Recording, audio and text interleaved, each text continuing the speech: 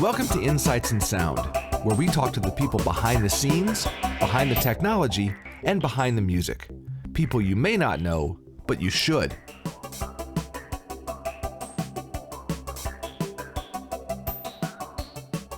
My guest is Eva Reistad.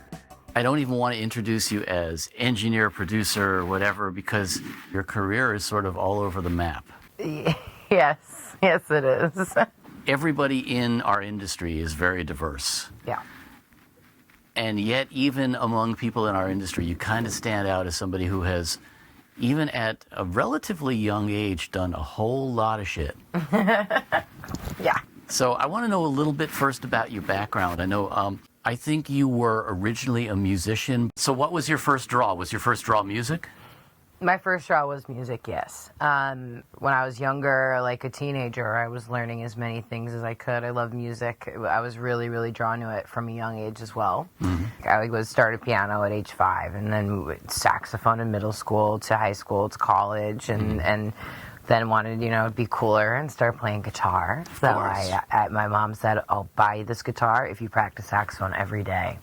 And I said, deal. So they had to hear me practice saxophone every day, so I played jazz sax quite a bit and guitar.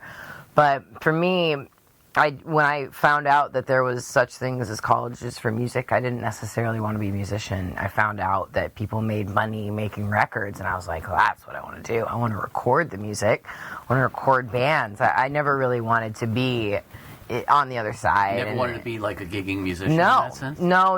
And where I'm from in Minnesota, it's a thing, but I'm from Duluth, and it's a small town, and people go to college for being doctors and lawyers and things like that. Not really.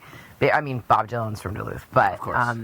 No, it wasn't on my mind really to be a musician at all. And it wasn't until I got to LA that I was like, oh, people make money being professional musicians in a city like this, or like in New York or Nashville.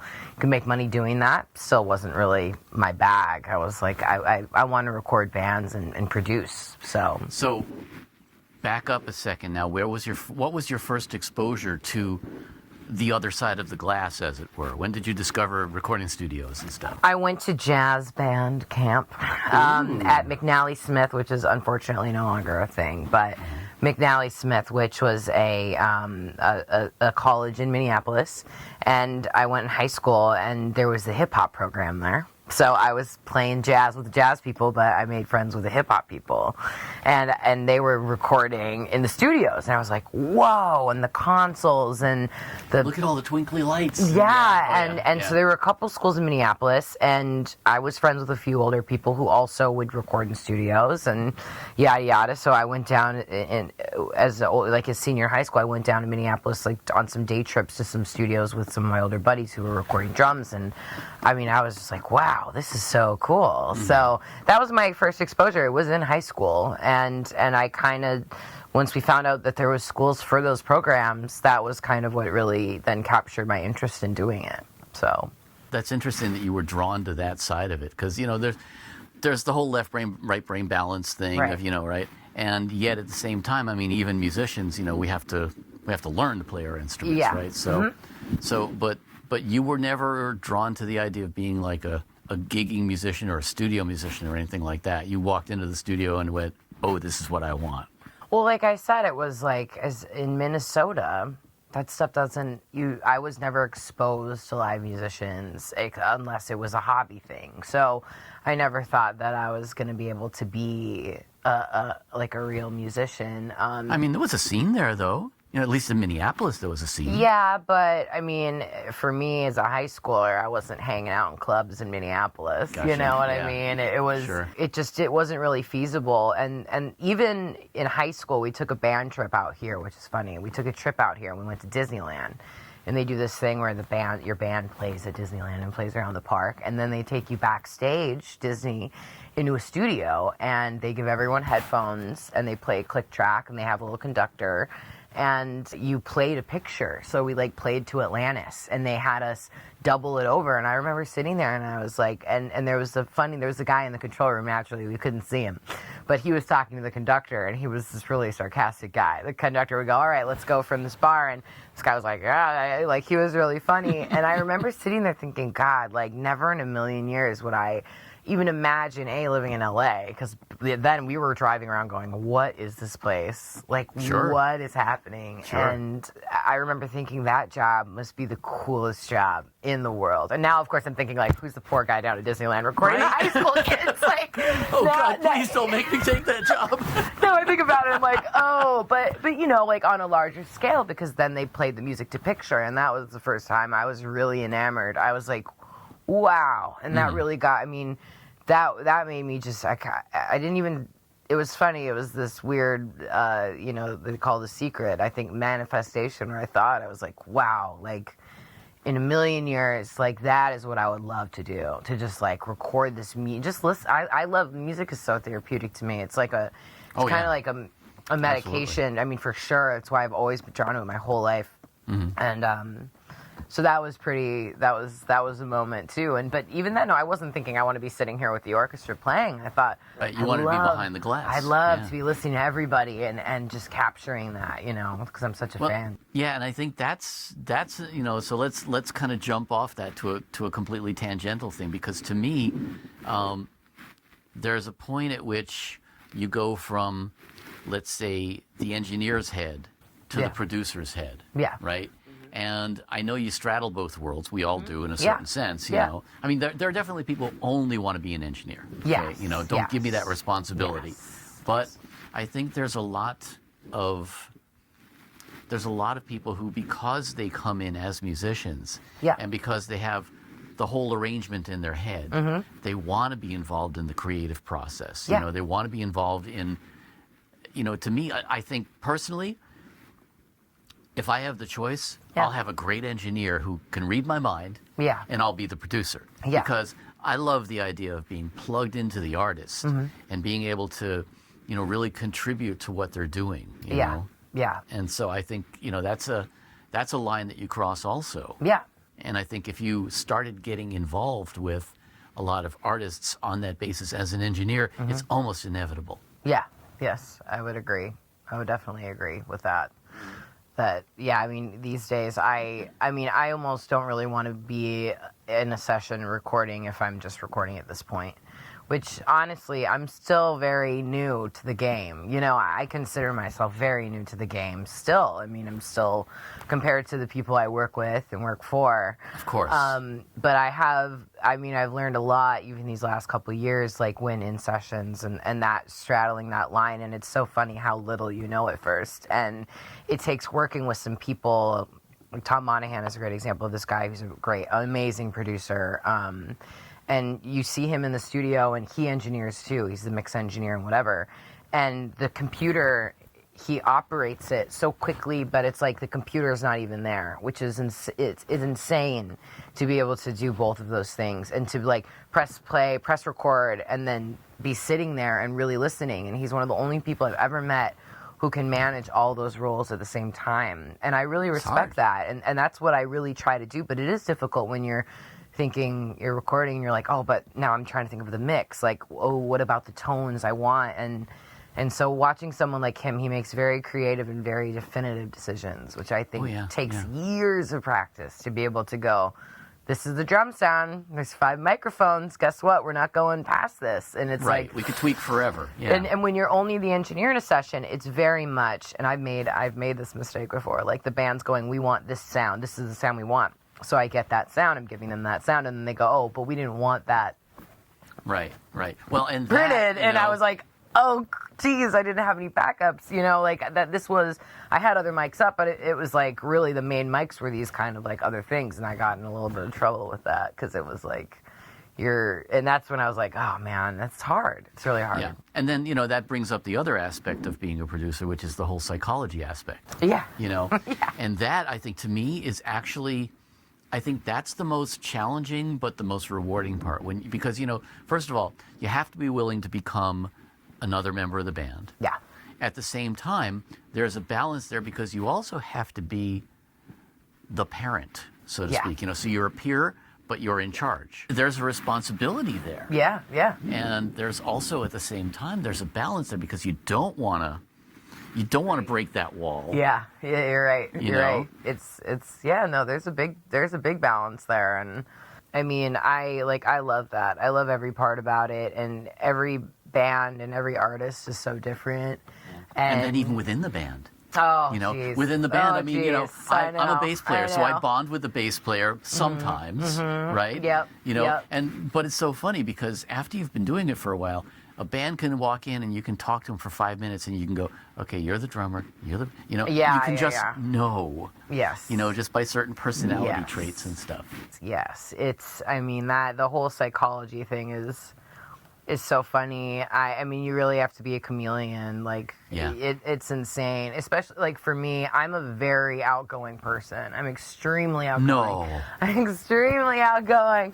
But it's super funny because certain producers I've worked with and people who know, it's so funny because there's I have these different personalities, and there's people who have known me in the studio for years, and then I'll leave the studio, or we'll go in an outside setting, or we'll go out to dinner, or get drinks, and it's they're like, who are you? Wait a minute. You used to be this quiet, because I understand in a session, it's not my job to be. I mean, sometimes I love working with bands that we can be crazy and wild and just give each other shit, and I can go this is the worst idea we have ever had in our lives. But give me one more that doesn't suck, okay? Yeah. And it's such a team effort, and it's such a collaborative effort. And those are my favorite kind of sessions because I love being productive and getting it done. Mm-hmm. And when you work with people like that, and everyone's throwing their ideas in the hat, I do I like. You have to be firm sometimes and go, that idea is not an idea we're doing. And then sometimes I have ideas that it's oh, wow, we listen to it a month or a week later and be like, okay, I don't know what we were thinking there. But. Well, and actually a friend of mine who is also a producer pointed out that he goes out of his way sometimes to put out bad ideas, not because he wants to fuck anything up, but because by doing that, you give everybody else license to put out ideas. Yeah, and then you don't get married to anything. Exactly. And that can either be the death of you, or because sometimes you do that and then you're just circling around for hours. But sometimes you can do that and then you can take it all away and you're like, that's the diamond, and now we have a song, which is great. Exactly. I do that even on my own music and all the time. But learning. For me, I love it because I feel like there's never a right or wrong, and I learn, and I'm always absorbing when I work with other producers their methods because it's the weirdest thing, and sessions can be so weird and vibes, and sometimes you can leave a session going, that vibe was crazy, and they'll be like, that was great, and you're like, okay. And that's the beauty of being able to work with other people in a session. And that's in certain ways. I mean. So when I came up, there weren't really recording schools. And so I learned everything, basically looking over people's shoulders. Yeah. And it's amazing sometimes to watch the little psychological games and the little, all that is stuff that you're never going to learn in school. Yeah. You're only going to learn it by being in it. Yeah. And learning how to deal with people. And, as you say, I mean, you're a gregarious person. Mm-hmm. That, I think, is helpful. Mm-hmm. The whole point here is, we all have ideas. We can all spout those ideas off, Yeah. Somebody's going to be right, somebody's not, and, tomorrow we might completely change our minds. Yeah, totally. Absolutely. So I want to go over your history a little bit, because you went from being out here from Minnesota and going, what the hell is this place, to, I'm moving to L.A. So how'd that all happen?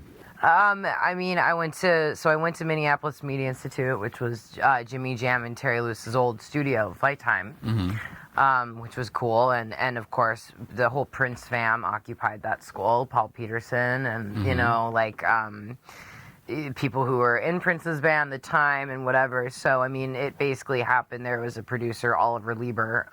Oh, sure. Son of Jerry. Jerry Lieber from Lieber and Stoller. Brother of Jed. Yes, brother of Jed, the most famous songwriting team of all time, Lieber and Stoller. Yep. And I met Oliver, and I asked him, because he was coming in, of course, whenever guys like that would come to town, they'd bring him to school. And I was actually helping. I was always really sticking my neck out at school to get out. I really wanted to get involved. I went and I like interned at First Avenue for a while. I was so eager I didn't have any idea what I was doing. Absolutely none. But none of us do when we start. No, but I just wanted to be in it. So I would do anything I could to just get my foot in and see what it was like. And I still remember just like, it was like driving Paul's like, his Prius, just thinking like, I'm driving Paul Peterson's Prius right now. And now it's just like years later, I mean, that was me at like 18. And I asked Oliver what I should do. And he was like, you know, he's not an engineer. I mean, he is. He's great ears, like great producer, great He's a musician. great producer. I don't know him to be an engineer, really. No, but I mean, his studio's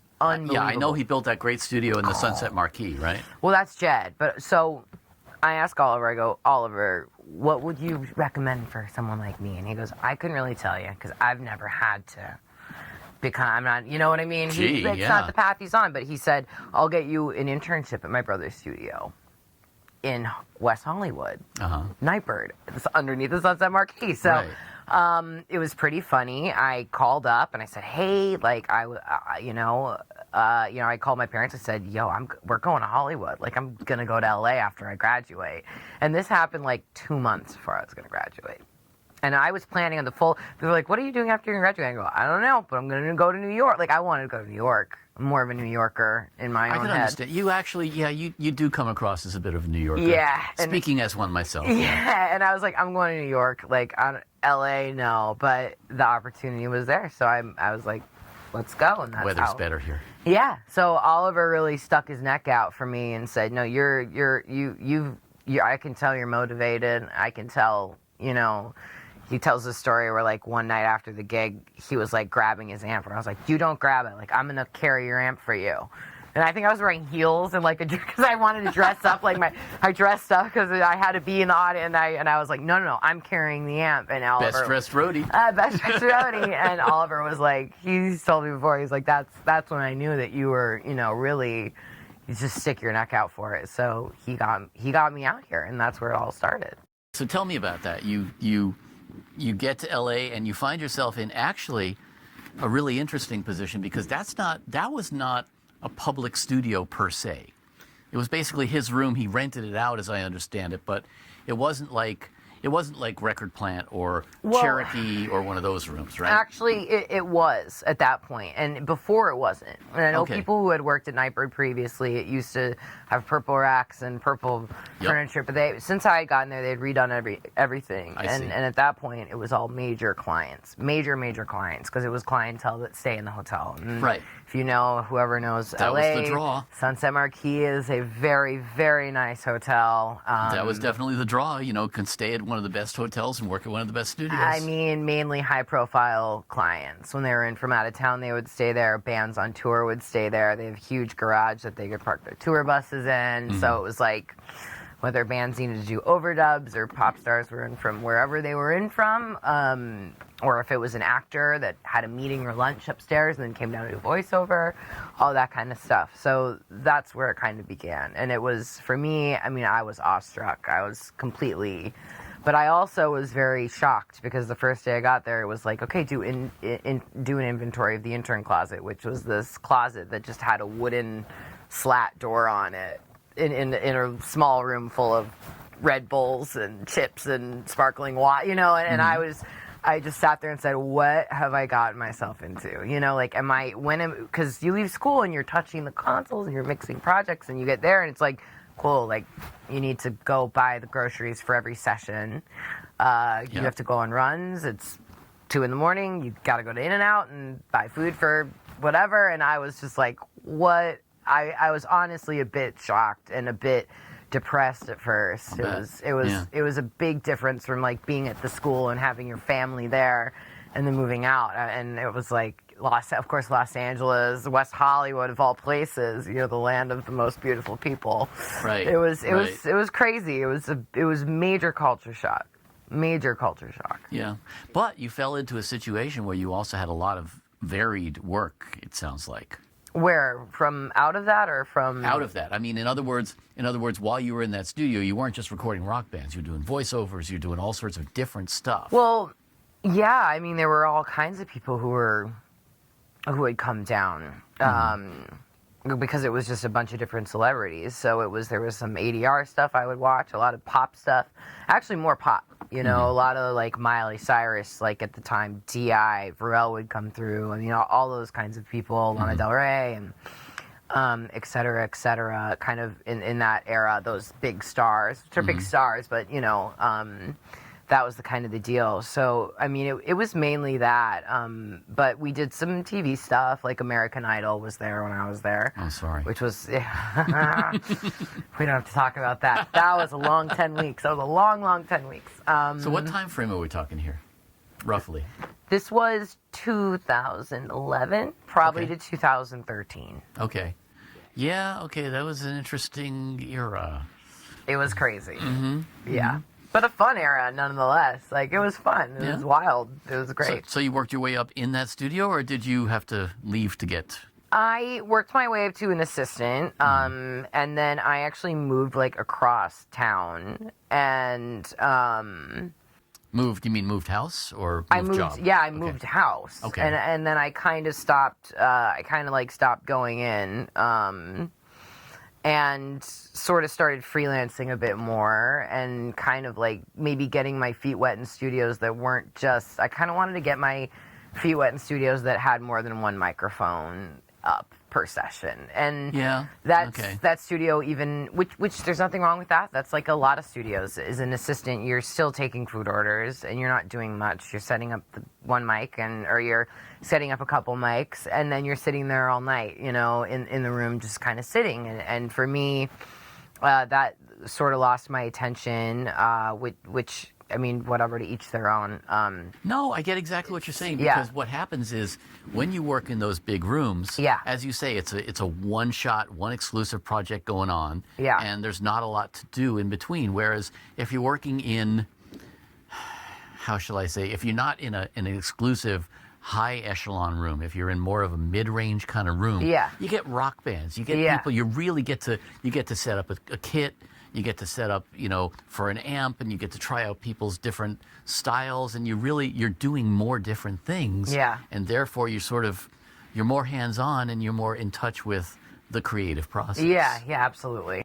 So I moved, and I sort of started freelancing, and there's different people that I was working for and working with still, studios around town, and meeting people, and then I got an internship at King Size Sound Labs, and I know it's over on the east side, right? Yeah, because that's where I lived. I lived like 2 miles away, and I saw the website for it, and I said, all right, maybe it's time to plant myself in a studio again. And they had a Neve console and guitar amps and things like that, and I said, rock let's and roll, go. baby. Yep. And the one thing I really learned at Niper, though, was how to be in a session and how to compose yourself and how to get it done quick and how to be professional and on it. And so I did a couple sessions at King Size, and I think I was already probably one of the people who knew most about the studio as an intern. Going to King Size was really, really cool because the clients were much different. Cheaper day rate, come in, set up, record 5 songs, and we're out, and drinking PBRs at night, doing guitar overdubs, or ordering tacos from across the street. And I really, really dug it. You've moved over to the east side, which is culture shock from Hollywood anyway. Very much so, So moved to Glassell Park, Highland Park. Ooh. Yet another complete culture shock, absolutely. Slumming it. So, which, I mean, I quickly learned to love it so much more than West Hollywood. Cooler. Because in West Hollywood, you wear your pajamas to Starbucks and you just get reamed out. And you get looked at. I felt extremely uncomfortable there all the time. And then you go to the east side, and then I felt extremely unsafe. And then you realize, wait a minute, it's not so bad. Stuff happened, but it was cool. There's roosters, and you hear music playing out night, mariachi bands. It's real and people. Bodegas. And I really started loving it there. And I loved there was hole-in-the-wall bars with pool tables. And I was like, this exists out here. So it was a whole new world, whole new life. And the studio was completely different. Different clientele types, cool indie rock bands, and a whole different world, really, which was so which I became so excited. It's fun, and it gives you a different kind of cred too. Yeah, you know? Yeah. And I was like, oh God, West Hollywood, long gone out of the books. I was like, this is where it's at now. So I loved it. I really did. Okay, and then what? Then I know I know what happened next was you somehow or another ended up in Hans Zimmer's crew, right? Right. So let's talk about that a little bit, because that's another kind of hairpin turn. Yeah. So I was at King Size for a few years. I was a session manager, which is a very big task for a studio of that size. And when I say that size, King Size is not only have an A-room flagship, it has multiple buildings across the east side. Oh, okay. With producer suites. So, and not only producer suites, but sometimes little overdub studios in those. So it was often juggling clients, producers. I mean, they had upwards of 22 or more studios. So oh, wow. I ran a team of interns. So one tracking room, and then all the rest were sort of... Couple tracking rooms. They had one up in North Hollywood as well. So I'd go run up there, King Size North.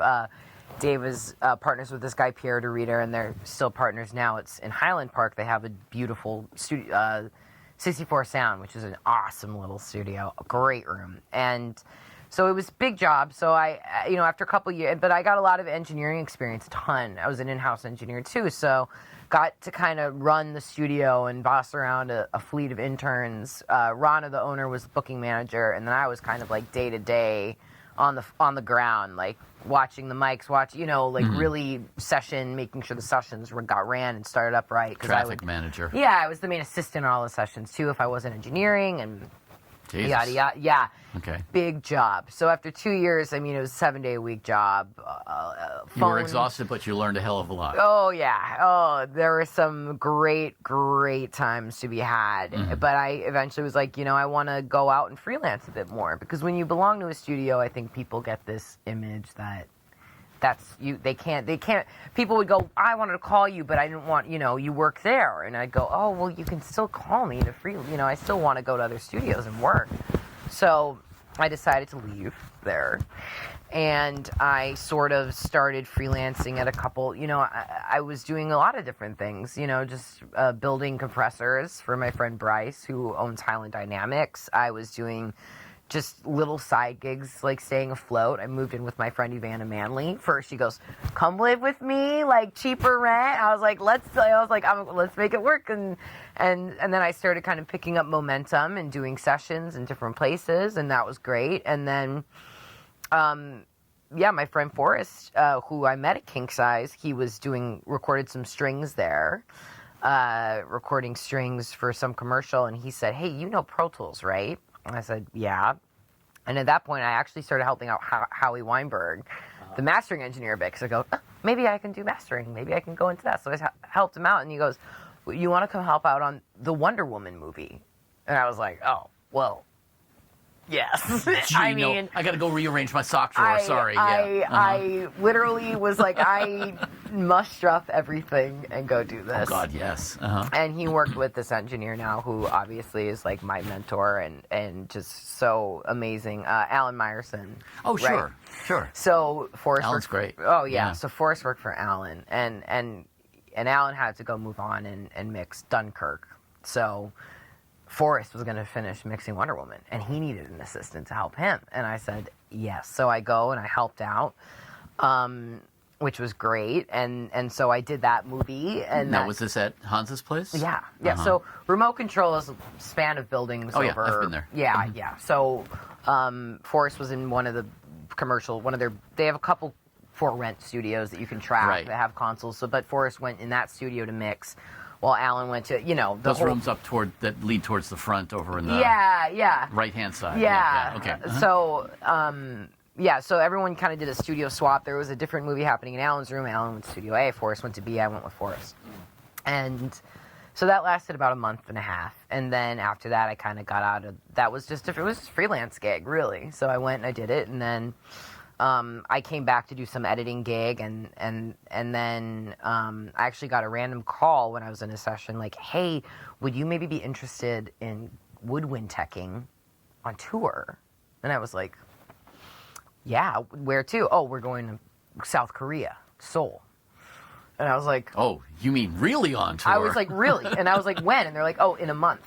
And I was like, okay, yes, let's go. So that was kind of like my induction. Because Hans they went on tour to Seoul, did just one show, but I got on a plane and went and did that, and then I could see you and Hans getting along very well. He has a very quirky sense of humor too. He is amazing. Yes, he's really amazing. He's really cool.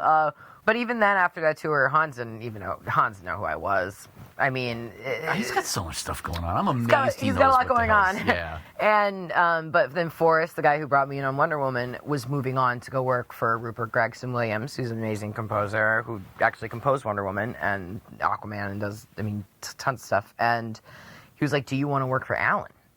And I was like, yeah, there's a good choice of mentors. I mean, hello. And I had never worked for a big mixer before. I mean, I've known big mixers, and I know people who work for big mixers, like Tony Maserati and whatever. And I know a fair amount of people, but I had personally never worked. And by the way, never worked in surround or immersive. Yeah. Well, now the funny word is now these days it's immersive, and now everyone's getting into surround. But you got to keep in mind that these movie scores have been getting mixed in 5.1, 7.1 for years. Forever. Yes, so exactly. I still call it surround. I mean, immersive is now this Dolby Atmos height, whatever. And now there's 14 different flavors of immersive. Yeah. Do you like the ear cam stuff? Do you like Dolby? Do you like D&B? Do you like So yeah, of course. It's the flavor of the week. It's going to be the But future. it's been around forever. I mean, Quincy was mixing in quad in 1980.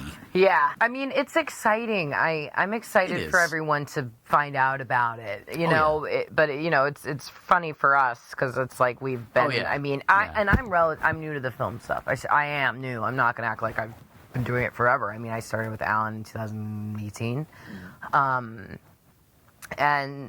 and so I started working with him, and he is just. I mean, he is unbelievable. He is just hands down, like, engineering wise, just a genius. He is a great mentor. Really gave me my voice and built my confidence in a myriad of ways.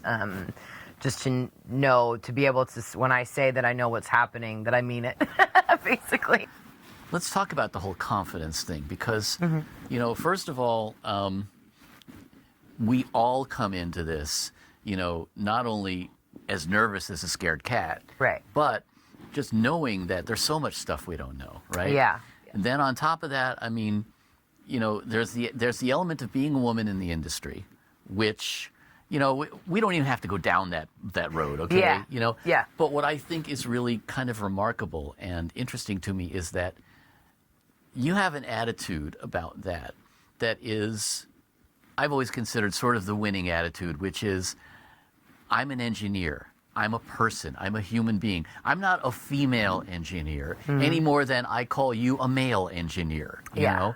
And I've always thought that's, in my perfect world, we're gender agnostic, It's like, I'm going to hire you because you're damn good. Yeah. I think that's one of the most wonderful things about the way you came up in the industry is that, I'm here to do a job. Yeah. And I've always loved that. I love the idea that you're not playing the card either way. Yeah. You're not saying treat me special because I'm a woman. Yeah. And you're not saying I deserve better or oh woe is me. You're treating me poorly. You're just like, dude, I'm here to do a job. Yeah. Well, I mean, one way or the other, as a woman walking into the studio, you're always going to get treated differently than the guys. Absolutely. Sometimes it works out in your favor. Sometimes it doesn't work out in your favor. As far as confidence goes, I think guys are quicker to get back on the horse when they get knocked down. I don't want to speak for all women, but I know a lot of girls who get stuck being runners or they get stuck whatever because it is hard when you get that comment being like, you don't know what you're doing, you don't know it well enough, and girls get scared, and it's scary. And I think. Why do you think that is? I mean, gosh, I don't know. You mentioned a phrase just now. Yeah. And I'll tell you honestly, I had a conversation with a friend of mine who is a renowned sound designer. He's been doing it since like the 1980s, and he said to me, for my entire career, like 40-something years, I've always thought to myself, one day somebody's going to open the door to my studio and say, "You have no idea what the hell you're doing." Yeah. And because we're all self-taught. Yeah. Yeah. You never know what the hell you're doing, because the more you learn, the more you realize how, I'm not the smartest person in the room, and I never want to be. Yeah. Yeah. And guys are also quicker to answer questions first. And they're quicker, they're competitive, and I think girls are a little bit more we're a little bit more nurturing. So when you're in a lineup of guys in a studio and there's a competition, the girls always, I think, going to want to go and smoke everyone and go. And I think girls also are very, who knows, people probably have varying opinions on this, but I think girls are a little bit more humble. So when they know something, they don't want to make anyone else look bad. And the guys have no problem. I've learned this many times, because the guys my level or whatever, they have no problem going like blah blah blah blah, and you fucked up. Yeah, or let me do it. And with that, it's funny because, even in studios, I've noticed if something's patched wrong or whatever, it's like a guy with a girl, he's gonna go, "Let me fix it. I'll fix it." Where if it's a guy, they're gonna go, "Fix it. Dude, it's messed up." You're right. Guys tend to be more competitive, and women do tend to be more nurturing, and maybe that's part of it. Maybe it's. I've thought so long and hard over the years about it. There are so many different angles but the one reason why I would say, and I've experienced it even at studios I've worked at in many minor ways. It's like, if you mess something up, the guy's going to get thrown in. There's always a question of whether the girl can handle it. Oh, yeah, right. But can she handle the session? With the guys, there's no question. Throw him in it. If he lights on fire, he lights on fire. Who cares? Exactly. But when I say, the confidence in knowing your voice and being able to speak up, that's, with Alan, with these films and these movies, there's huge amounts of money going into it. There's huge amounts of data, and that's the same word, but you know what I mean? I wasn't going to say anything. The deliverables, the communication, it is a massive job, and you need to be on your shit, so to speak. And he really, in the beginning, he'll say it. He'll be the first to say it. I struggled in the beginning because I can patch up not any studio, but I can walk in to studios and I can patch it up and I can get a session going pretty quickly. And that's what I did a lot around town. It's that's why I can go to studios and people would call me to engineer or even assist because I can do it. I can do it quick and well. And so getting thrown into it was hard. And he I was very soft-spoken around him. At first. Now I'm a little bit more open. It's kind of hard to imagine. No, I was very quiet, and he would ask me questions, and I didn't always know, and that's scary to admit to someone of that level that you don't know. Yeah. And for me, it was very frustrating because I know so much about this stuff, right? And I knew nothing about this stuff. I knew nothing about it, yep. And it was really, it was a struggle. But he would, he wouldn't ream on me, but he would go, "When you say it like that, I know you don't know what's happening." Called you on your shit? He would call me on it, and which was really, I think that is priceless, to be honest. And then it was, and I was like, okay. And it gave me, I was always so nervous. I was like, oh, is it going to be messed up? But he'd call me and he'd go, "This is wrong in this session, this is wrong." And he would do it over and over and over again. I mean, every mix session he'd open for a while, there'd be something wrong. And when there's 1,000 tracks in a session, let me tell you, it's pretty easy to mess something up. Oh, sure. And there's not always 1,000, but there's typically quite a bit. And he just would keep on it, and he would tell me to go, "I'm calling you in," and then I'd make little mistakes, and he'd go, "I'm only calling you on this because I know you don't make these mistakes anymore. You shouldn't be making this kind of mistake." And over time, I really was like, "Oh my God!" And then I just kind of got it. I really it became a challenge to make sure that his job was super easy and that he was at ease, like, always, because I just wanted him to be able to just mix, because, like, that is enough pressure alone. You know, all I'm doing is grouping tracks and coloring tracks and making sure everything's routed right. So he really, it was a bit of a thing at first, but he, you know, he taught me to really know and really be able to be like, I know what's going on, which then when you're in a session, you can take that, what you learn there, and that confidence to any session and anyone. And so when you have a producer or someone going, well, do you know, you know, you're a girl, which I've now happened, and I go, I know what's happening. Like, I know what's going on here, which is great. So it gives you that kind of confidence, because if you can stand up to someone like that, who's of that caliber, and know what you're saying and have confidence to speak up and be like, I know what went wrong here, and give him that assurance. And then Hans is a great mentor in that way too. Well, and I was just going to say, what you're pointing to here really is the value of a great mentor. Yeah.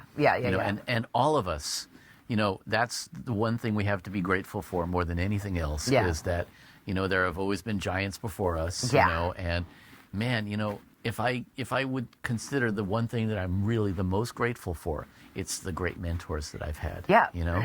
And I think Alan and Hans are two of the first, I mean, I had some in school, I would say, but, you know, the middle of my career out here, it was just more working at studios, and I had bosses, and I was kind of my own whatever. But in the last couple of years, working for those two, specifically, also Steve Lipson is a great producer I've worked for, who's also taught me a few things. But I mean, it's been completely priceless, and I'm still the same person I was before I worked with them. I mean, as far as who I am, my persona is very much the same. But I think how they operate and that teamwork factor, and like how to be a team player, and really just the attention to detail that I learned from them is like super priceless. And understanding the human dynamics. Yeah, and I gotta tell you, as a girl, it's hard to find mentors. I agree. I think that's, and in fact, that's one of the things I was going to ask you is, you know, coming up as a woman in this industry, you know, I mean, granted, you didn't have the issues that, let's say, you know, somebody like, you know, who was it just passed away? Ethel Gabriel, you know? Yeah. Oh, yeah. Yeah. But, you know, of course, you know, you didn't grow up in that era. You didn't have those kind of issues to deal with. But, you know, you had your issues to deal with, too. Yeah. What would you say to, you know, 15-year-old you coming up right now? Because she may not have the opportunity to have those mentors, to have those studios.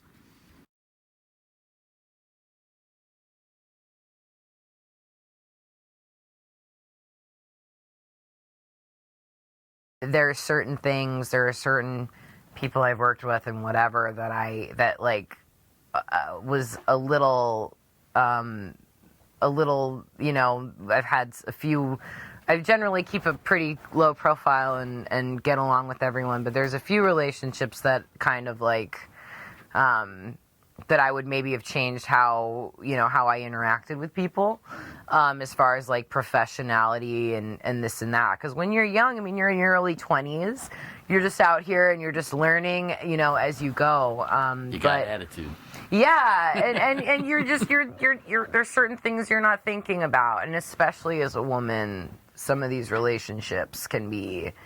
There can be either hostility or the opposite. You know, there can be, which I've dealt with as well, and it's funny too, because you know it's hilarious, because as a girl, it's like you're hated for being in the competition, or you know, you're loved. You're loved, and because then you're hated because you're loved, and then you know I can't work with you anymore. And you're like, oh well, okay, it can be very frustrating, and that honestly comes from the people above you. Yeah. And so those people can keep you down for a lot of, it's not, people think it's the clients a lot with women that it's trouble. No, I don't think it's the clients. I think it's the staff. It can be the staff, and it can be your higher ups. And it also, like, I know a lot of girls, it's been the mentors where it goes wrong.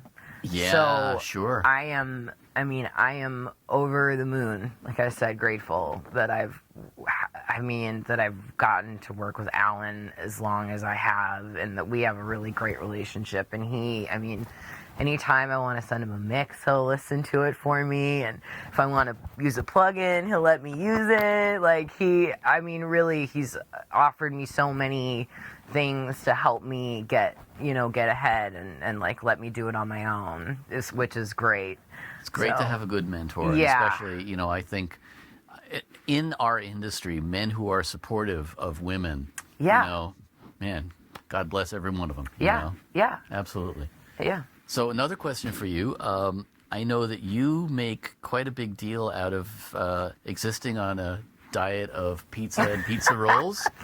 So is there any truth to the rumor that you are secretly a vegan health food freak and you binge on tofu when nobody's looking? I go through different. Right now, I'm eating very, very healthy. I have some weddings coming up. 2020's over.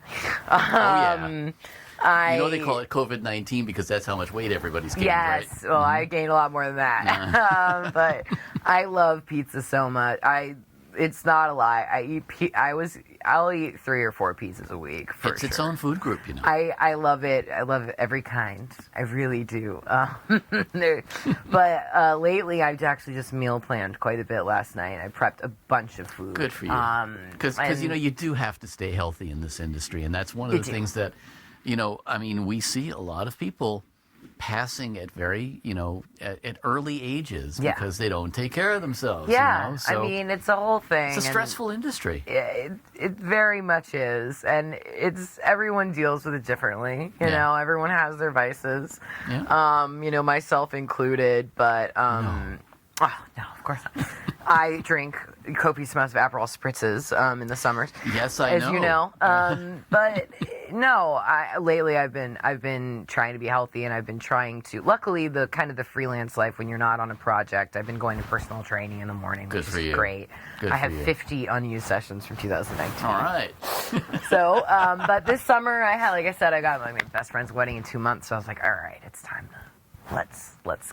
I want to get fit because I want to. I do want to feel good, and I feel like I'm on the up and up also, like, career-wise. I'm like, let's just get fit and be happy and work hard. And absolutely. So, absolutely. I will indulge in a pizza every once in a while. But hey, absolutely. Absolutely. And, well, you should. I just wanted to give you shit about it. Yeah. But, no, there's no tofu in my diet. Okay, good. Yeah, that's like, I'm sorry, that's dish sponges, Yeah. Yeah. No, not good. Cool.